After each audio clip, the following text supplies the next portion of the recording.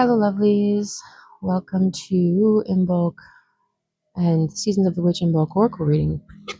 So, for those of you who resonated with yesterday's reading, this is very much a continuation of that energy. Yesterday, we were looking at movement, shifts, transitions, and being in between. And today's reading is asking a deeper, more uncomfortable question. Where is clarity actually missing and why? This reading comes from the candle dressing spread, and which is meant to bring an illumination to confusion, not to bypass it, not to spiritually override it, but to actually understand what's creating the fog in the first place, as Gunnar comes in to join us here. So card 1 asks where clarity is lacking, and the card that came through is Milk Moon Witch. Now, at first glance, this card looks like clarity itself. It's a full moon, it's illumination, it's tides turning. And yes, we are a little bit in a full moon right now, so that timing absolutely matters. But here's the thing. This card didn't come up asking what's coming. It came up asking where clarity is lacking. And when you look closely at the imagery, that's where the truth is. There are two ships in this card. Not one, there's two, right? So they are on the same water under the same moon, but they're not moving together. They're going in different directions. So clarity is not missing because nothing is happening. It's missing because there are still two possible narratives unfolding at the same time. So the full moon is lighting everything up, but the light doesn't land decisively on one ship or the other. It weaves, it reflects, it's creating visibility, but not resolution. So this tells us that the collective can feel that something is shifting. You can sense the momentum. You can sense that the tide has changed, but you may be trying to call the outcome before the path is actually committed. So Milk Moon Witch matters here. This isn't a passive moonlight, right? This is an interpretation, intuition, meaning making. The lack of clarity comes from being too close to the process, reading things before they've finished forming. You're too close to it. You're in it completely, right? It's like there are too many moths around the flame kind of idea. The confusion lives in the space in between, right? There's this intuition and confirmation. There's movement and arrival. There's knowing something is changing and and not knowing exactly what that means, right? There's this back and forth. There's going with the flow, but trying to pick out more than is visible right now.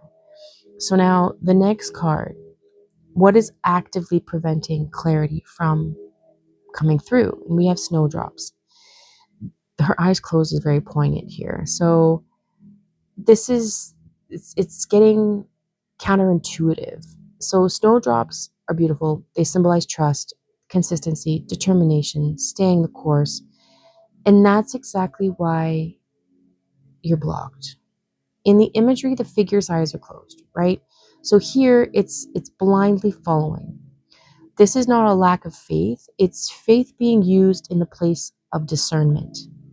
Snowdrops tells us that clarity is being blocked by an over resilience on just trust it, just keep going.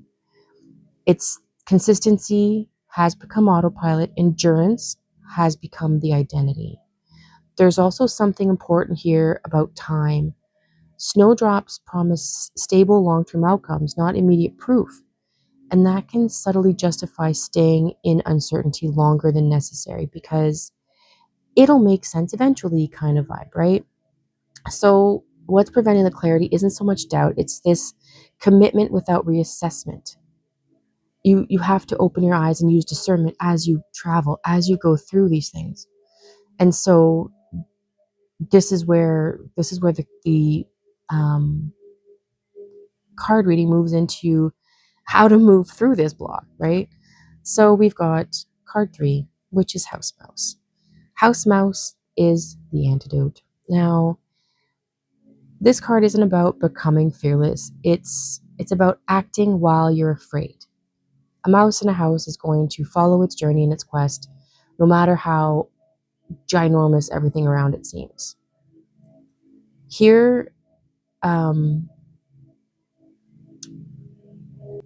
When compared to Snowdrops, Snowdrops is saying, stay the course quietly. House Mouse is saying, step into visibility and see what happens.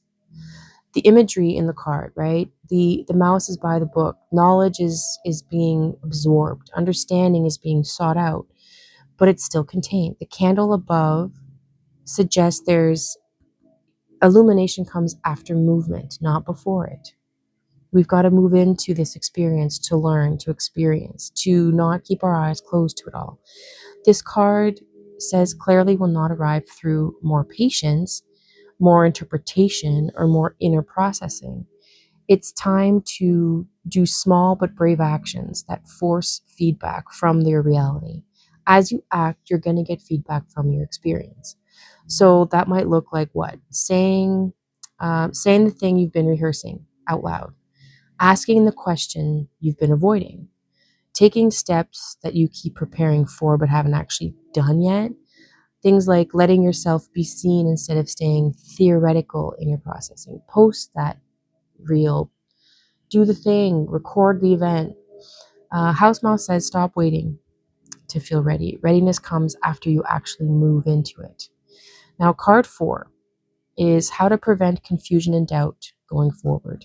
Now, yesterday we also had Dream Realm. So this for me was that combining the two, the images coming together, the cards showing up in both readings was a confirmation for me that this is a continuation of yesterday's read. So here with Dream Realm, this card is the warning. So in the imagery, the figure is asleep. She's arched backwards, wrapped in snakes, and the snakes represent instinct, cycles, unconscious loops, right? This is the nervous system running the show while consciousness takes a backseat. The moths surrounding her are drawn compulsively to light, insight meaning answers, even if it burns them, right? They're hovering around trying to get whatever it needs, even in this realm. So this card says confusion doesn't come from the lack of insight. It's coming from living inside a story generated by fear, hope, or fantasy instead of present moment awareness. You're in a dream realm. You're living this experience as if in a dream, as opposed to opening your eyes to see what's actually unfolding in front of you. So, to prevent confusion, the collective is being asked to stop romanticizing the outcome, stop catastrophizing the possibilities, and stop letting emotional reflexes masquerade as intuition. Wake up inside the moment, not inside the narrative. You have to be present in your experience. This whole experience is not this whole point is not to skip through. We're not fast forwarding through the journey to get to where our end result is. This is all about embodying the actual process, opening your eyes, getting out of this autopilot, right? Allowing things to really actually come into light. But you have to be brave enough to step into your life, just like the mouse has stepped up to this experience in and of itself in order to allow its quest to be expressed. Like ring your bell, stand tall. Your antlers card from yesterday is a reminder that, yeah, you got to hold your head up moving forward. You have to be emotionally fulfilled and aware. There's an awareness and a protection of your emotions here. I see the evil eye when I see this eye here on this chalice. And the chalice for me is saying that amongst all of the cycles you're going to be going through, you have to be protective of your emotions, yes, but you don't have to be so protective that you keep your eyes closed to the experience. You have to step fully into it. Wake up. Wake up and experience your life as yours. Step into the scary stuff. Step into the rough draft of it all. This is your time to step up, step in, and realize that during this in-book season, as we move into Astara, moving forward, as we head towards our spring equinox next, it's a matter of waking up to this, waking up to the potential of what your life is going to look like when you actually take control of every step.